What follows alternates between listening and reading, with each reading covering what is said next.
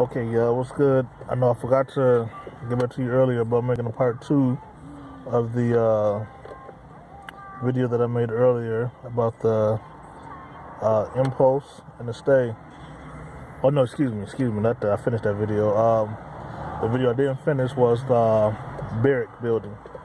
So Berrick building part two. What I basically wanted to say that I didn't get a chance to really say on the other one was, it's important that when you to have a dog that has manners, in case you just want a dog that just be friendly but off leash, is to teach the dog that it's not okay to just run away and run up on other people's dog or other people's kids or other people in general. It needs to stay by you, or if it does run off, it needs to have a strong recall. It needs to be able to control itself and come back ASAP. Now I can go more into that. If somebody need me to go more into that, let me know, DM me or comment me, and I'll speak on it.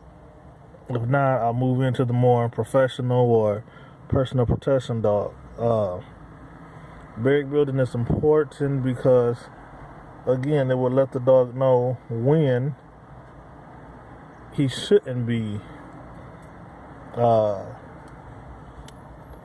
doing crazy shit, attacking people, growling at people, this and this and this. It'll let him know when that's not appropriate. And because you want a real life dog, you don't even want a savage dog who just has a on and off button either, only because that dog is more like a machine. You want a real life dog.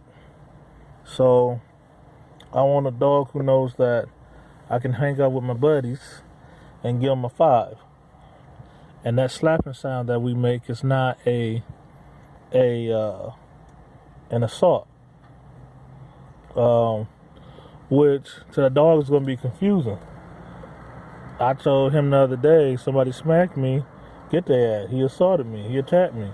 Now I tell him I'm smacking this dude on his hand. You know, that's not an assault. You know, it's confusing to the dog. So this is why Berrick building is needed. The dog needs to be able to distinguish between mine and your confusing choice of words and lifestyle. No homo, no pun intended, but for the athletes out there who slap each other on the butt. Some of you might be like, I play sports and don't smack people on the butts, and you know, there might be somebody out there who plays sports and don't take their dogs with them. But there's some people out there who feel like I paid for this dog, I paid for this trainer. I want my dog to be ready wherever. I get on the basketball courts, get to breaking niggas' ankles, and people get jealous and then want to start some shit. So I need my dog with me. If that's the case, you can't be out there telling somebody good play, good hustle, giving them a compliment, smack them on the butt, or even smack them on the back, you know, and, you know, get out there and your dog in the car in the stands, on the bleachers or some shit, and come running out the crowd, you know, because somebody smacked you on the butt or you smacked them on the butt. You see what I'm saying? Your dog needs to learn everyday realistic behavior. Your dog needs to learn that you a player and you got different girls over at the house every day, and you smack them on the butt, you play wrestle with them, you tussle with them, you know, you bite on them, you tickle them. A tickle is not a scratch. The girl tickling you, she's not trying to scratch your eyeball out, so he needs to protect you by attacking her. That's not the case. So, you know, we want the dog to have Berrick building. So, as early as you can, you want to hang out with your dog, not just have him as a pet. Because basically, when we start doing this training, your dog is no longer a pet. He can be a pet to the rest of the family, but when he's with you, he needs to know he's a human. He's a human bodyguard. You know? You might not like that term human, but I'm just doing that to make my point. He's not gonna be the golden retriever from Full House. That's all I'm saying.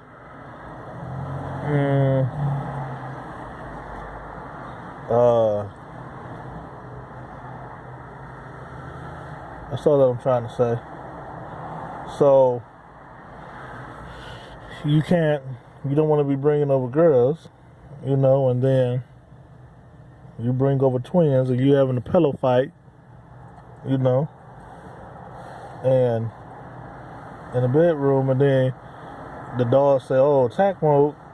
They throwing pillows. That's a weapon. Assault with a weapon. Because we will teach the dog that anything thrown at us is an assault, and that has to be handled. But now we're saying it's okay for her to throw a pillow at me, for me to throw water on her t-shirt. If I sound sexist, I'm sorry, but I'm just trying to give realistic realistic situations to people. If you ghetto and you like to play dominoes, and you can't play dominoes without domino motherfucker and slamming on the table, but if that's your lifestyle or that's your friend's lifestyle, and you ain't gonna never stop having your friends over just because of your dog, you need that dog to see in cool, calm situations, you roll around and you slam the dominoes on motherfuckers. You need to have that dog around so he can see your crazy best friend slam dominoes on people. And it's no offense to you, because y'all gamble and you don't play as good as your friend, and he win most of the money, and a good chunk of that money goes to you. So your friend is making you money. Your dog ain't thinking like that. You thinking like that, but not him or her. So the dog needs to know that sometimes people can get crazy and it's okay. Sometimes people can get outrageous and it's okay. It's according to your lifestyle. If I'm at the beach and I'm out here playing beach volleyball and, some dude trying to show off on me because he got abs and I got a beer belly and I got to go and spike on his ass, I don't want the dog to see my form of aggression when I spike on his ass as I need to attack him.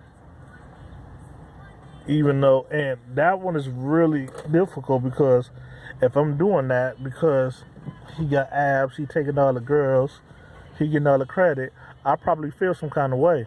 So I'm probably giving off some type of a message, of a signal, of a chemical that's making him think that that's what I want. So spend time with your dogs in real life.